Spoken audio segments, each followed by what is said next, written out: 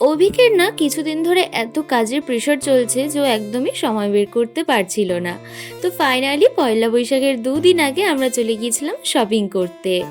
আর এদিকে দেখো, শপিং করতে গিয়ে তো আমরা অনেক কিছু কেনাকাটা করে ফেলেছিলাম, আর আমরা না একটা আয়রন গিফটও পেয়েছিলাম। তারপরে এখানে কেনাকাটা কমপ্লিট করে আমরা বেরিয়ে পড়েছি। বাইরে তো ছিল প্রচণ্ড গরম, তাই খেয়ে নিয়েছিলাম একটু আখের রস। আর তারপরেই আমরা চলে এসেছি এখন শ্রীনিকেতনে। আর গিয়েই দুটো শাড়ি বেশ ভালো লেগেছিলো, একটা পিওর সিল্ক আর পাশের শাড়িটা কি আমি ঠিক বলতে পারবো না। তো যাই হোক, তারপর একটু অভিকের মামার বাড়ি যাওয়ার ছিল, তো আমরা সেখানেই গিয়েছিলাম। ফেরার পথে খেয়ে নিয়েছিলাম একটা আইসক্রিম। তারপরে বাড়ি এসে ফ্রেশ হয়ে একদম সন্ধ্যাবেলা আমরা আবারও বেরিয়ে পড়েছি।